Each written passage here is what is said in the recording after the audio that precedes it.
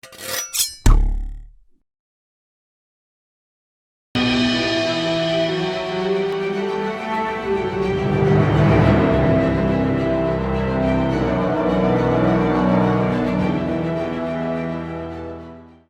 tout le monde, c'est Warvel et aujourd'hui on se retrouve pour répondre ensemble à cette grande question.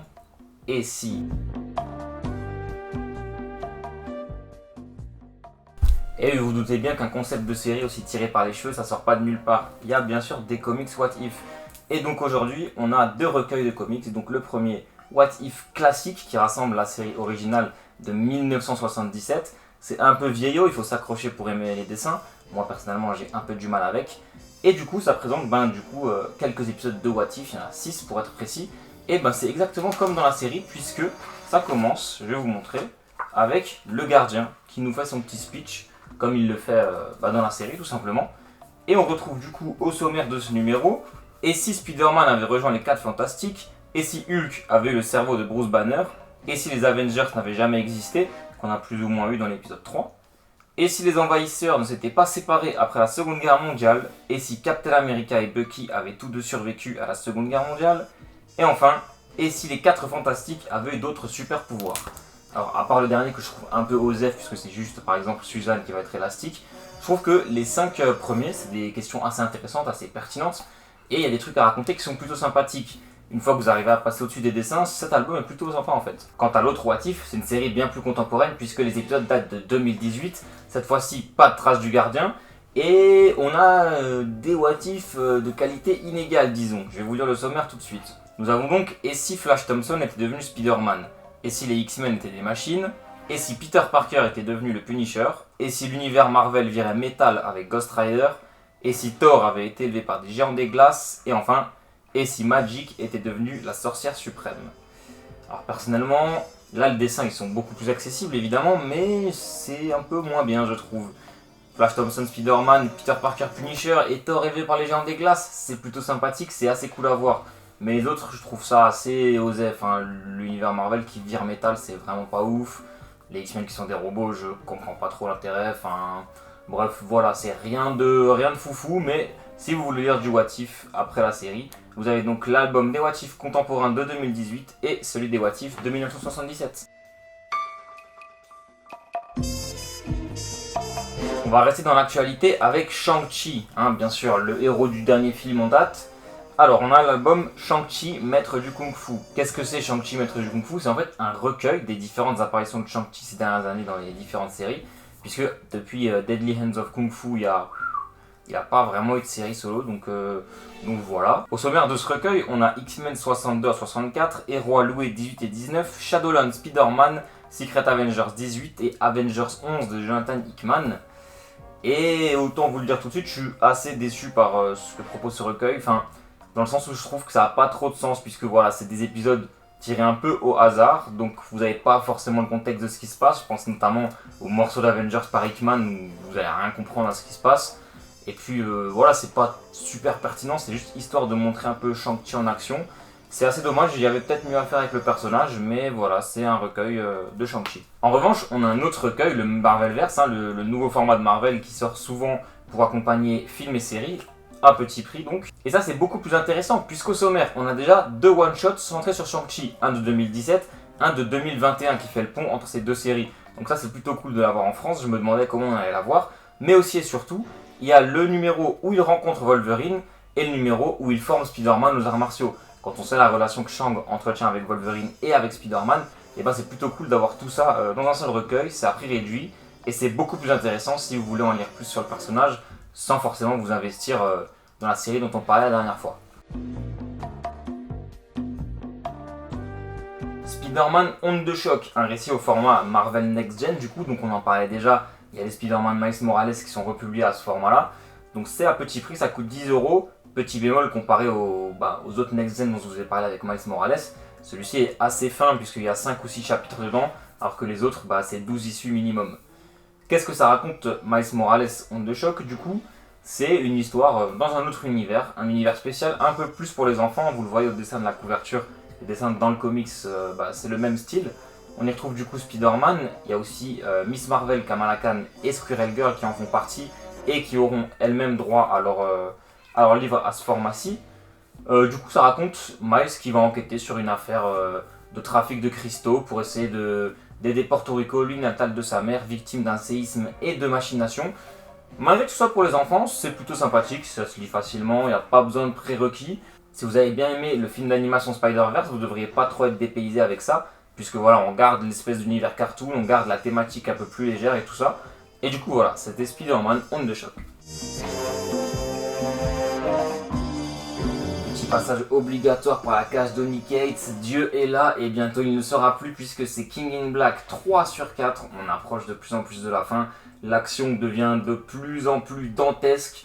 C'est tout simplement incroyable ce qui se passe dans ces numéros puisque les protagonistes des autres séries de Donny Cates arrivent petit à petit dans le comics, dans l'événement.